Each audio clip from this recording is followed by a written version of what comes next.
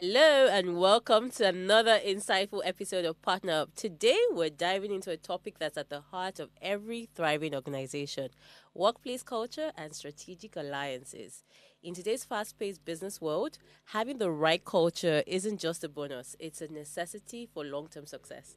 Joining us is a special guest who's an expert in this field, someone who has spent years helping organizations build high performing cultures while fostering impactful collaborations.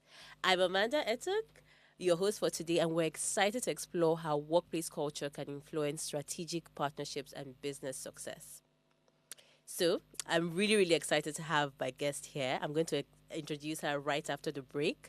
So, stick with us. We're going to be hearing more from the incredible Nkem of Offonabo. Stay tuned.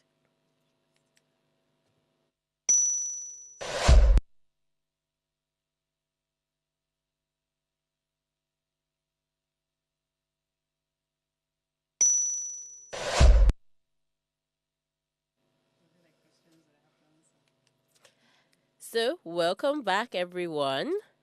I was talking about our guests for today, but we always have to do this wellness check. We have to check in because we believe that mental health is necessary for success in your career, your work, whatever you do. So don't forget to subscribe to our YouTube channel, Official Upgrade TV, and follow us on Instagram at PartnerUp_AB World for updates on all things partnerships. Share this episode within your network. So now, let's jump into our wellness check, a segment where we remind ourselves about the importance of mental well being in achieving professional and personal goals. For today's check in, we're tackling how to create a high performing culture through self awareness. A great culture starts with individuals recognizing their own strengths, weaknesses, and areas for growth. This awareness fosters better teamwork, communication, and collaboration, which is what we're all about here.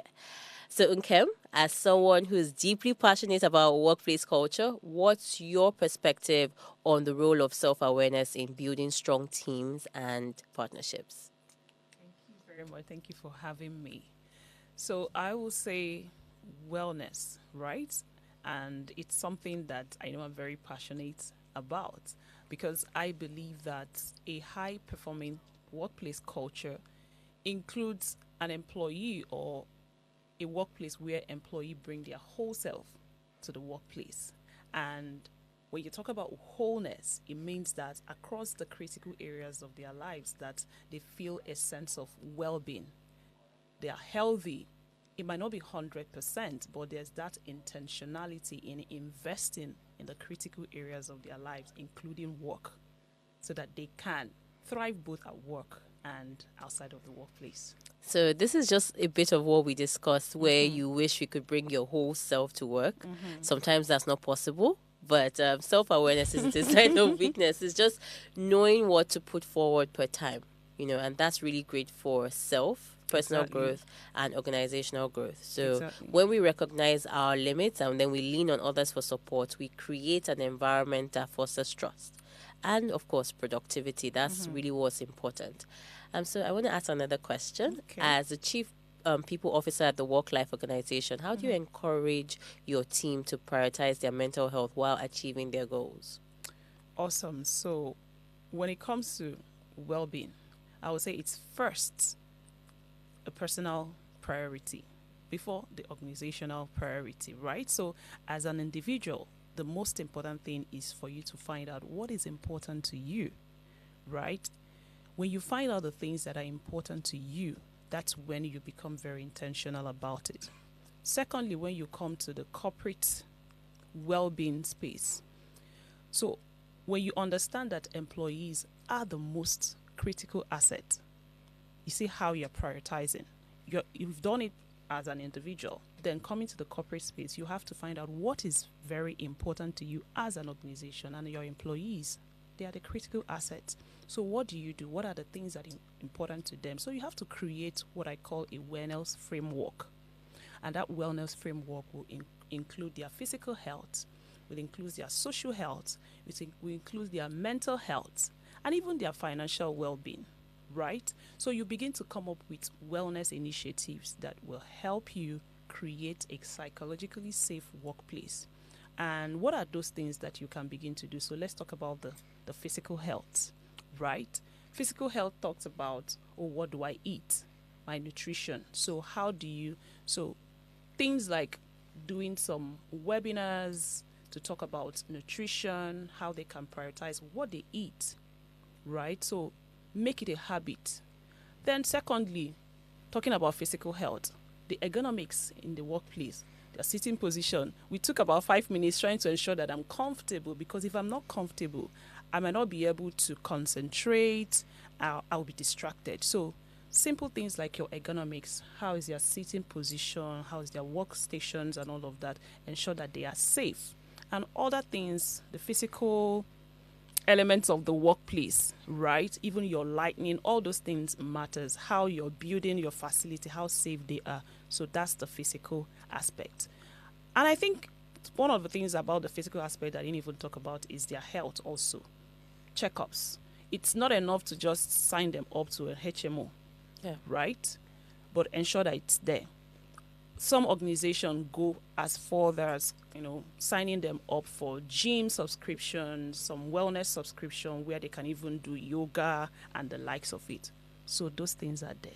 Then you talk about the social well-being. What Yeah. are the things we do in terms of engagement, interaction to ensure that people are connecting healthily, right? Do we have mutual respect for each other?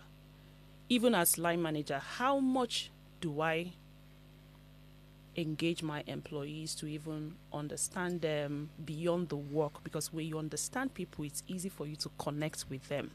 It's easy for them to trust you, to be vulnerable, and that trust helps with our productivity. Yeah.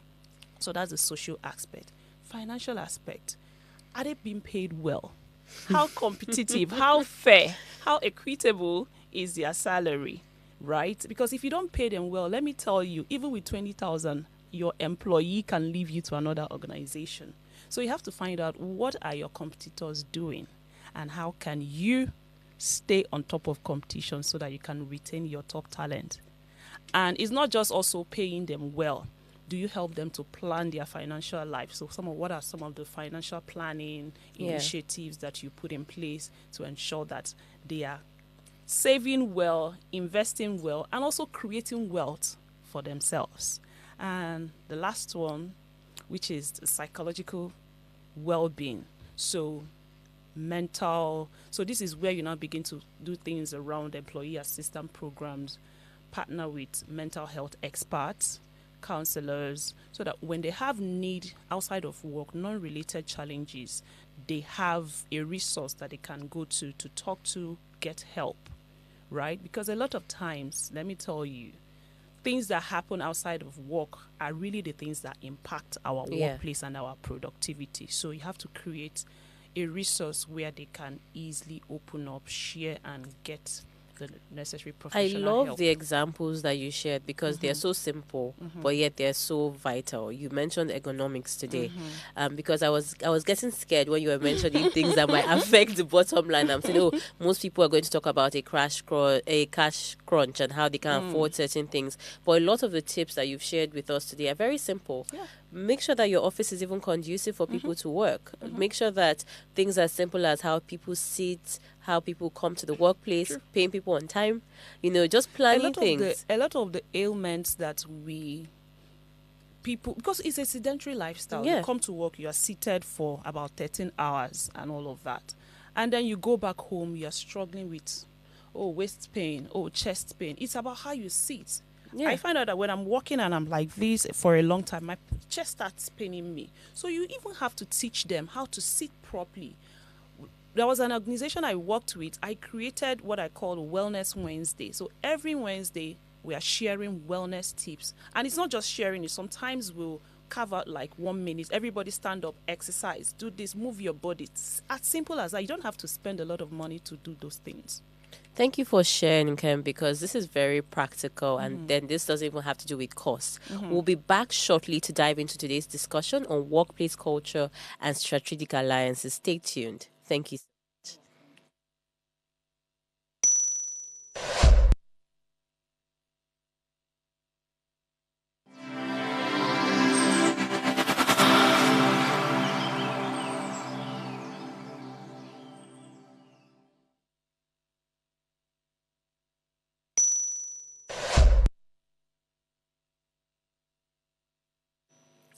Thank you for staying with us. If you're just joining, this is Partner Up, where we explore the power of partnerships in driving business success. Today, we're thrilled to have an amazing guest with us, Nkem Offonabo, Chief People Officer at the Work Life Organization. Wow, I'm going to read your biography just now.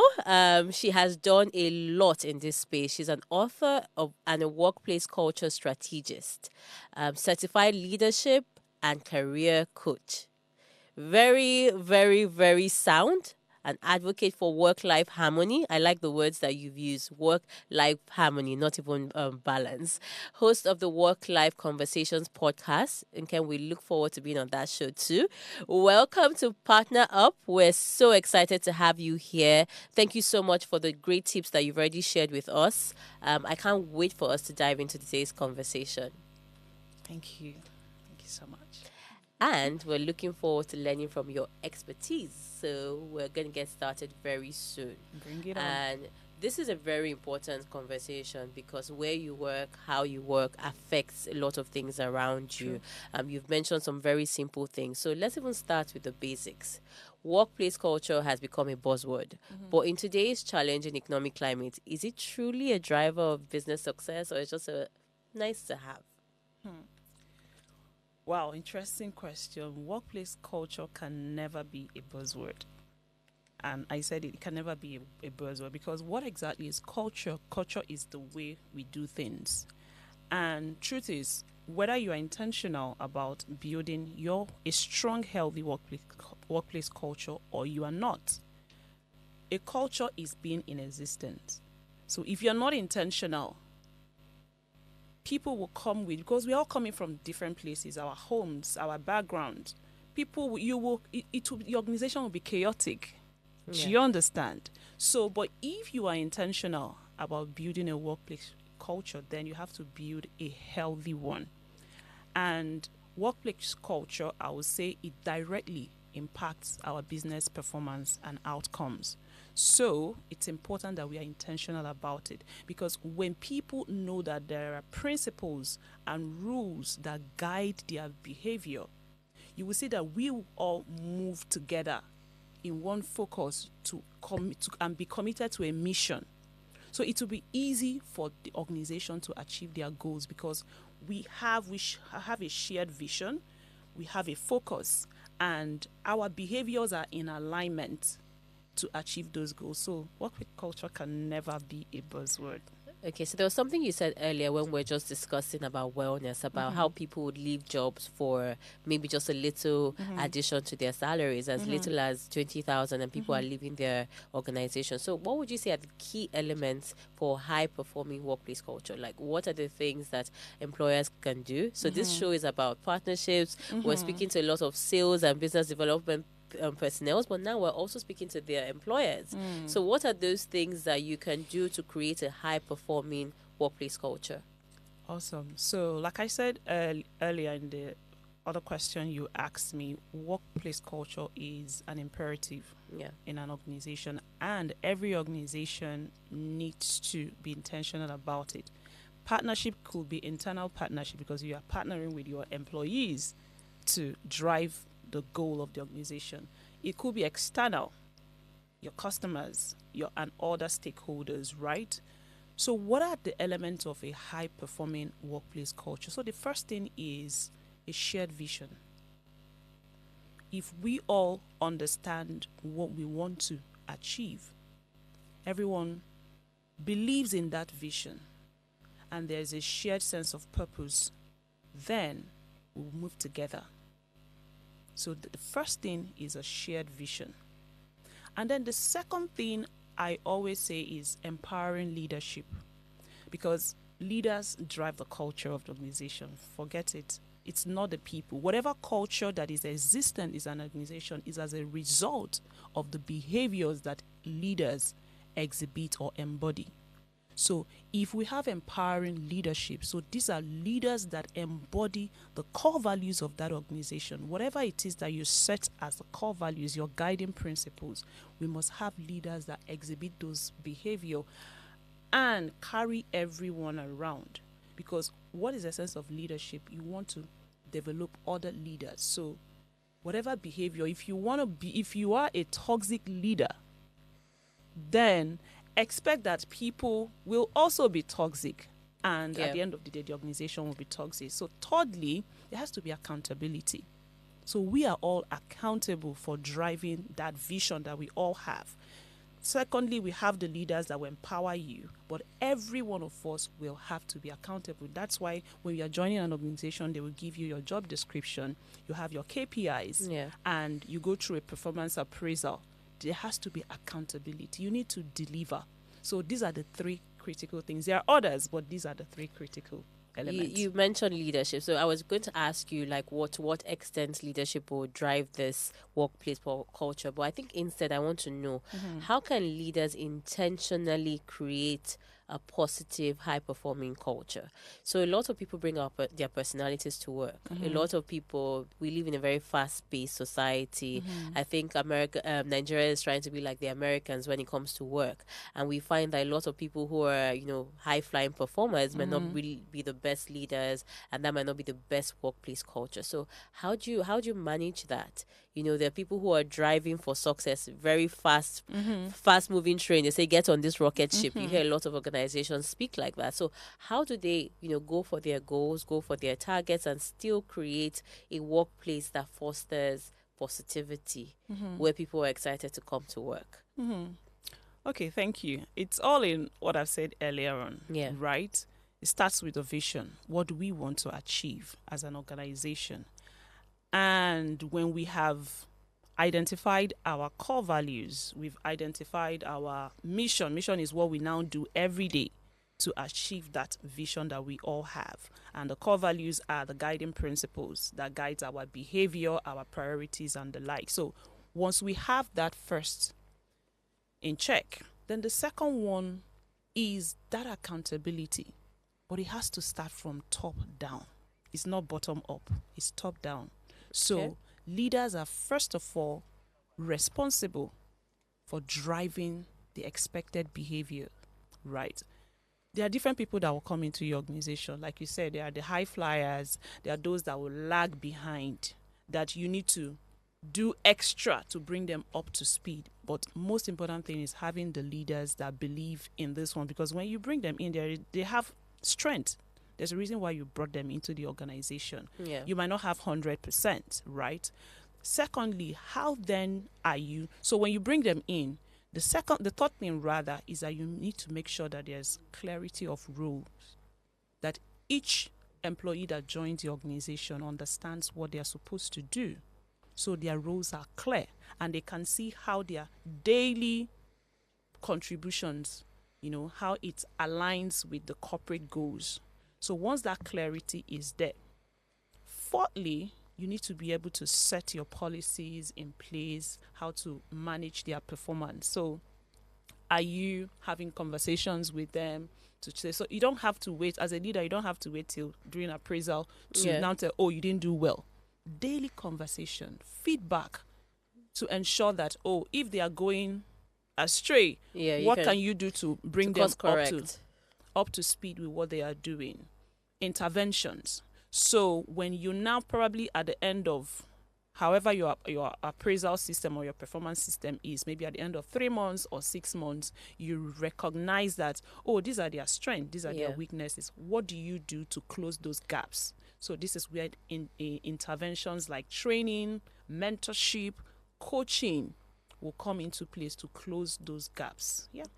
Okay, so for a leader that is listening today, how can they assess if their workplace culture is positive or toxic? We're not the best assessors of ourselves.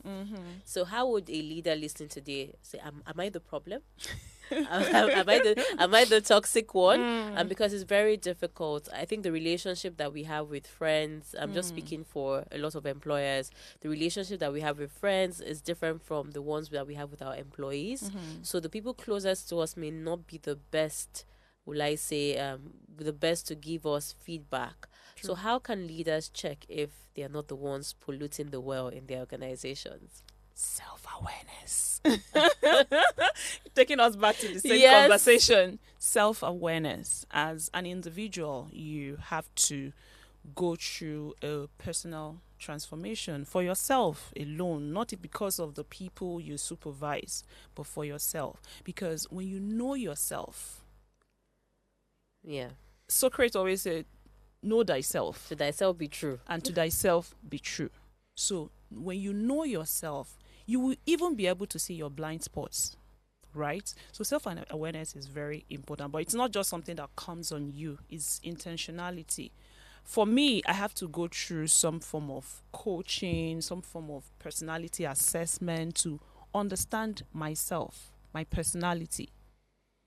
I know, so there was this disc exercise that I had to do. Oh, yes. Yes. The disc exercise. Exactly. I heard about it for the first time this year, and I went through that exercise myself. I had to do it with members of my team. Okay. I would say that anyone who hasn't taken this disc exercise, I Sure. really highly recommend, because what it does for you, apart from self-awareness, knowing what your personal strengths are, is that you're able to understand the strengths and weaknesses of your Absolutely. employees. Absolutely. So if there's that employee that is driving you crazy, just knowing where they stand in terms of the disc exercise, you now might find better strategies to engage them. Exactly. That's no, because I'm laughing because this is so interesting. So earlier this year when I did the disc exercise, I want to know yours. Maybe I should okay. ask yours first before we go in. All right. So the dominance is I and S, influence and stability. That's my dominance. And guess what? What? The IS and the IS, guess what they are called? They are called the harmonizers. And Yes. that's exactly who you are. Exactly. Wow, that's interesting. So for my own disc chart, I have a high dominance. Okay. But the highest for me is the influence. Okay. And surprisingly to everyone, I'm quite steady. So there's the Okay. S that's for steadiness, and then there's the C for compliance. Okay. I will not tell you where I rank the lowest, but Which one is your lowest? which one is my highest? That Okay, should be which the one is your highest? influence. Influence. Okay, that's my highest too. So I would just say this: a lot of salespeople, a lot of people that are in sales and partnerships Okay. usually rank very high on influence. Then a lot of people who are in fields like accounting, engineering, they rank the highest on compliance. Yes. Which Yes. some of us salespeople That's- might not, I think that's my lowest actually. same.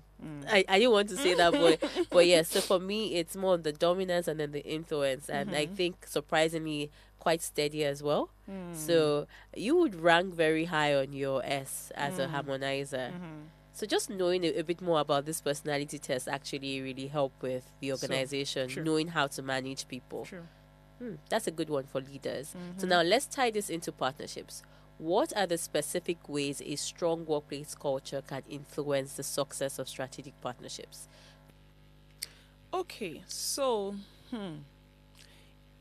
for me, partnership means value alignment, because I don't want to partner with someone that I'm not in alignment with. Yeah. So Yeah. the first thing for me is establishing that, doing my due diligence. Let me even start from there. Yeah. Due diligence. So when I do my due diligence, I have to check that there's that alignment in terms of values, our mission, that we are going on the same direction. So due diligence first. Before you partner with anyone, check for cultural alignment. Value alignment is very critical.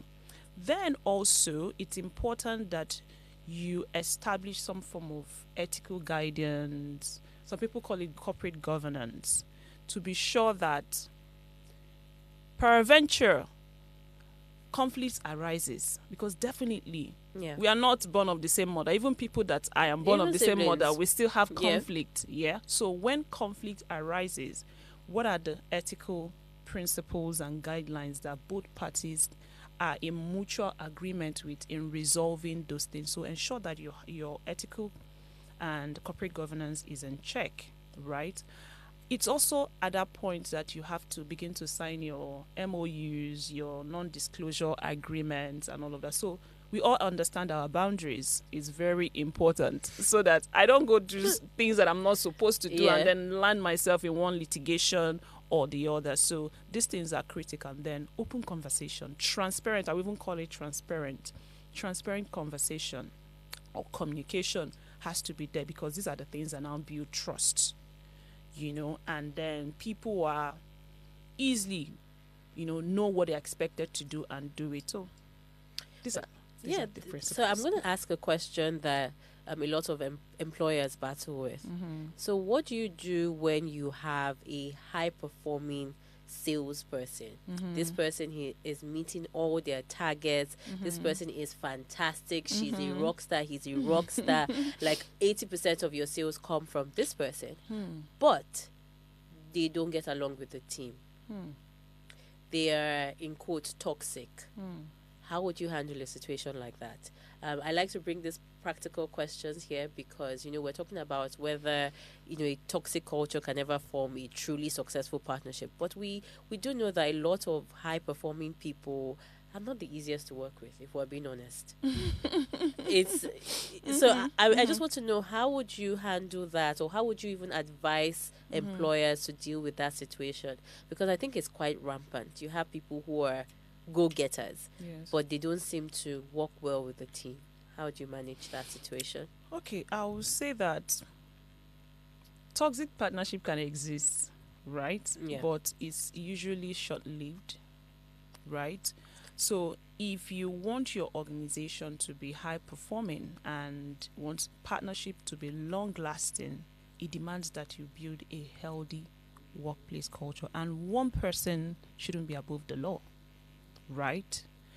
And that's where I talk about intentionality. So if you are intentional, at that point you should notice that this person is a red flag.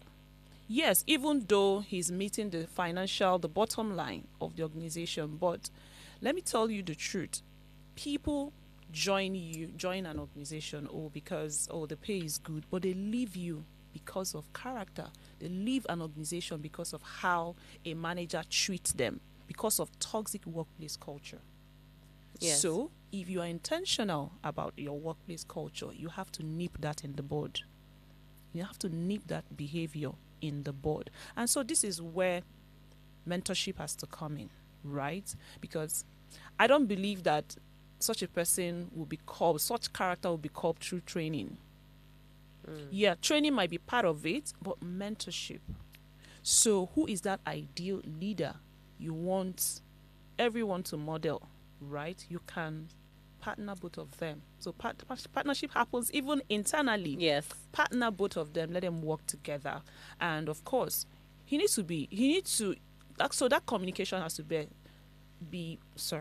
I'm missing It my has to kind of come thought. to play. It has to come to play. Have the conversation with the person and let him know that yes, you are good in this, but this is your weakness and this is the impact it's having in your team. Because it shows that your team, they are not integrated. People are not happy. And trust me, you might be the only one doing the work. Others might not be doing the work. So if you want to have a cohesive team that is also productive, he needs to see the impact of his or her behavior. So communicate that and then let him know that the reason for this mentorship or coaching is to bring him all to speed and in alignment with the corporate culture. Thank you, Nkem. I really love that question and your response to the question. And again, it shows that leadership plays a great role in this. Absolutely. Even having a positive leader for the person to shadow or to True. learn from. So True. thank you so much for the insights. True. We're going to take a break now and we'll be right back. So I hope I'm not looking away from the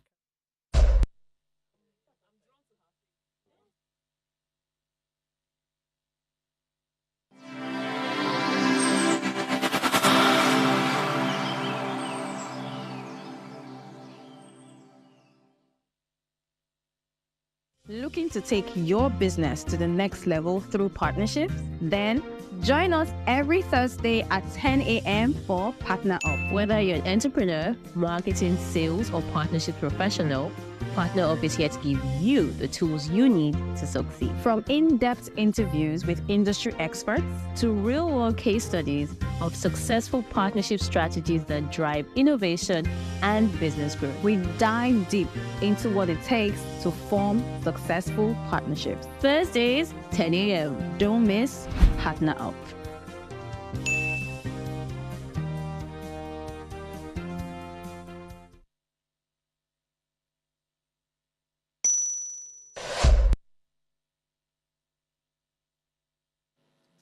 Thank you for sticking with us. We have the fabulous Nkem Offonabo with us. She's been dropping a lot of gems, especially for internal partnerships and collaborations. It's been an awesome ride. We've been very practical. I've learned a lot even from the conversation. So we've talked a lot about internal partnerships. So sometimes partnerships happen, with other organizations. So what happens when there are differences or a cultural clash in these collaborations? How would you say is the best way to avoid them to start off with? Because you can treat your own internal culture, but you can't treat the culture of the other organization. So, what are the best ways to the best methods to adopt in dealing with a company who has a different policy from yours, different values, and that's now coming to bear in a partnership? How would you manage that? So is that partnership in existence or intending partnership? No, it's in existence. So you go in this very juicy contract. You have a Okay. partnership with maybe a telecoms, for example, or a financial sector, and your company is more family oriented, very lovey dovey, happy. Everyone is happy, and then they're collaborating with another team where the communication style is very brash. Superiors are maybe talking in a condescending manner. Maybe there's also a slowness to adopt certain things. The culture is just off. What would you say people should do in that scenario, especially on the leadership side of things? Okay. I would say probably the due diligence were not done properly, right, at the onset of that partnership, because if those things were done properly, there's a possibility that we may or may not encounter some form of resistance or conflict. Yeah, but the truth is, resistance is natural. It can come up at any point in time. It could even be that, oh, my spouse at home made me angry, and today I decided to scatter things in the office, right? Right. So forgetting that, oh, there was an SLA signed or MOU signed somewhere and all of that. So these are resistance that will come up in partnerships, right? But what that happens is that we have to go back to the drawing board, okay, and look at things. So in your change management plan, because when you start a project, there has to be a change management plan. And I know that there's also a time where you have to manage resistance. So what do you do when resistance come in? Communication. You need to communicate. Someone has to pinpoint that, oh, this is what is happening. And because it's a partnership, we'll call it truce, we'll call a meeting. What's going on? Let's even pinpoint the root cause of that conflict or that resistance. Is it a lack of communication? Is it a lack of clarity of role? Is it a lack of motivation? It could be anything, right? Yeah. So first of all, find the root cause. Because when you find the root cause, you will now be able to apply I'll call it an initiative, an intervention. Yeah. Exactly. An intervention that can address that problem. Thank you for that. So I have another question. So I know that I'm all about collaboration, even on the other side of things. And I know I'm talking to the harmonizer. But how do you balance collaboration with competition? We're still in the workplace. People want to shine. So even for external parties, especially where there are some overlapping goals. So this is in two folds. As a person within an organization who is trying to be collaborative, but you also want to score high points with your employers. So there's still a bit of competition. So how do you balance that, the competition and the collaboration? Then within external parties where there's obviously a collaboration, but at the heart of it, all companies are competing. So how do you balance that competition and collaboration, first as an employee, then as a business? It's tough, I would say, but I will always advise people to not trade growth on the altar of competition, right? We are all competitors, even you and I. We are all competitors, whether we are in the same organization or we are outside of the organization, but there are healthy competition. And healthy competition gives birth to growth. It gives birth to innovation, right? So the first question you have to ask yourself is, what are the shared goals whether it's a team goal. Because if it's a team, right, everybody wants to shine. I want to get my promotion in 1 year, or the other person, I want to get my own in 6 months. Everybody have their own interest on what they want to achieve and all of that. But at the end of the day, what am I trading off? What am I giving off when I'm pushing myself for just to achieve my own personal goal? Because at the end of the day, yes, you will say, oh, the race is personal. I'll give you a personal story of mine. Yes, please. So when I was in business development, right, there was a vacant position. So a conversation happened and I said I wanted to take up that position. It's a team lead of that. And the feedback I got wasn't good at all, right? The feedback was that, oh, I wanted to work with a particular gender. I want to work with a male person. I didn't take it well because I felt I was being discriminated. Then the people in the team didn't also take my ambition well. In fact, one person had to, we had a face-off, and she was like, because both of us were on the same level, and she said, Nkem, I've been on this level more than you. What do you think will make you the team lead? And I said, you have your own right to go and push for what you want. I have my own rights, and I went to push for but what I realized that experience created a discord in the team. Even in the friendship I thought that we had. Do you understand? So, and I realized that so many things, I think it was just about me trying to be ambitious and all of that. But up to date, I don't talk to that lady. So I'm asking myself at the end of the day, because life does not end at work, right? There's life outside of work. So what are you trading off? So it's important that, yes, we all achieve our goals, but how do you carry people along? Maybe if I had had a conversation with my team members to say, oh, this is what I want to do, I don't know, maybe they would have taken it better. Instead of you going straight. Instead of me just going straight and going to, do it and all of that. But for me, I felt that my career is in my hands, so I have to push it, right? But then at the end of the day, it's a teamwork. It's collaboration. What do we intend to achieve, whether it's an individual, whether it's a team, whether it's organization at the end of the day? Let's not trade on the altar of partnership. Let's not trade growth or innovation on the altar of competition, right? That's what I would say. Think about the future, the end goal, the bottom line. What do we intend to achieve at the end of the day? So if my individual ambition is going to hurt the team, it's going to hurt my partner, how can I do it best? I might not have the perfect answer, but think about the end goal. What you've said is so profound, because I don't think that anybody has ever nobody has said that, don't sacrifice growth at the altar of competition, because we're living in such a fast-paced world where we're almost very individualistic. Honestly, like, I've not thought about it this way. So it seems like we're all on this race to becoming like better selves. And I love the fact that you've connected back to say that even though it's a personal race, we belong to an organization. And thank you for bringing that home, because that's such a powerful thing to learn. Because on the other hand, if you hadn't done that, some side of you might have felt like you were not ambitious enough.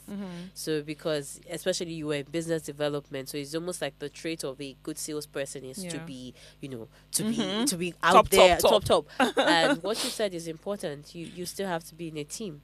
Yeah. And I really love that. That's a very powerful nugget, because that's opposite of what everybody's preaching right now. It's just almost like go, go, go, go, go. And you really need to sit back and say, how do my actions affect others? Let me even also tell you, it's just something that came up now. So at the end of the day, I wasn't made the team lead. Someone else from another team was made the team lead, and conversation was, Nkem, I need you to support this person. Oh. I know you are the most knowledgeable within the team. I need you to support this person. And guess what? I felt bad at the end of the day. Like, you didn't give me this, and then you wanted me. So you know that I'm knowledgeable, and you have to now go bring someone. At the end of the day, ask me, oh, come and support this person. I did, actually. I supported this person, and that was the period of COVID-19 and everything. Guess what? 3 months down the line, I got a recommendation. This person was tutting my horn, like, hey, if there's anybody. So there was a time they said, this remote work that we started working just reviewed the people that are working and the people that are not working, and top 3 people that are working, my name was the first. Because of the support that I eventually, gave this person and all of that. So can still see I eventually got my flowers. Yeah, I wasn't the team lead, but it's obvious that without me, maybe the team lead wouldn't even be shining. That's a really powerful story to share, because a lot of us are very ambitious, and it takes us back to one of the first things that we talk about with sales, with partnerships, with business development. It's about relationships. True. So sometimes it's not a Nollywood movie to say, oh, you don't know when you need the person. It's not really about the person. It's more about True. you. True. There's certain unnecessary squabbles that we come into, and then now, years after, doesn't matter that much. You've done so much more with your career. There's so many things that you've done, and it's very interesting. We're going to take a break, a very short one, and we'll be right back. Thank you, Nkem, for being, giving us as honest and straightforward. Thank you so much.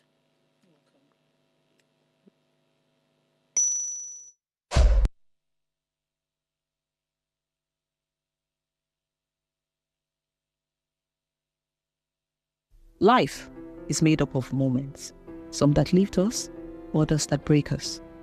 Welcome to Heartlines. This is our space where we explore the beauty, the heartbreaks, and the incredible strength that every relationship brings into our lives. Friendship, marriages, partnerships, and everything in between. Yes, say yes. All the connections that shapes who we are today. Every week, we dive into the stories that define us. Stories of love, loss, heartbreaks, and healing. Real life stories from real people, just like you and I. Heartlines is where emotions meet understanding, and where we learn that we're never truly alone. Join me Mondays through Fridays at 9:30 p.m. for Heartlines, where we connect with every heart, one story at a time.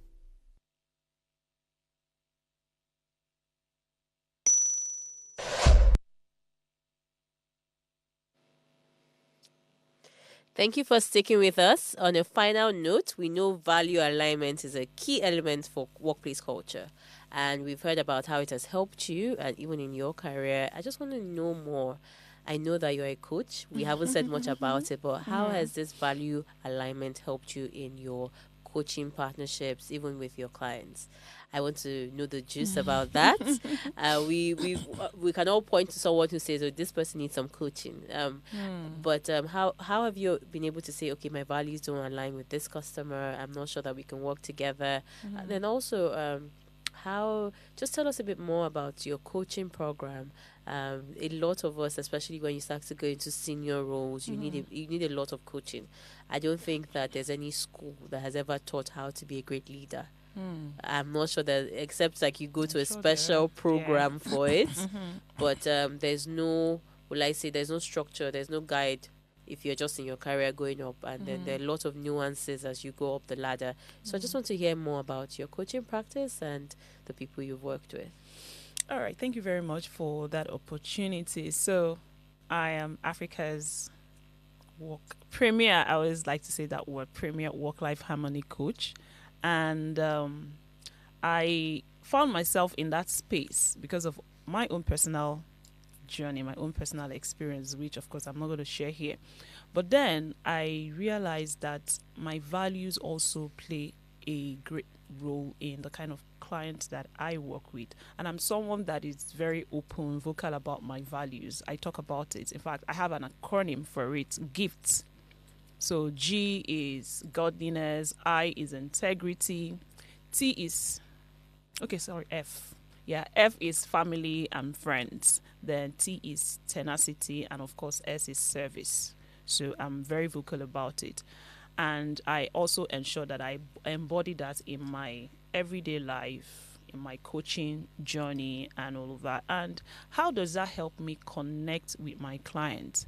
So I make sure it's part of my coaching principle. Of course, there are the general coaching principles that you have to embody before you can get certified as a coach.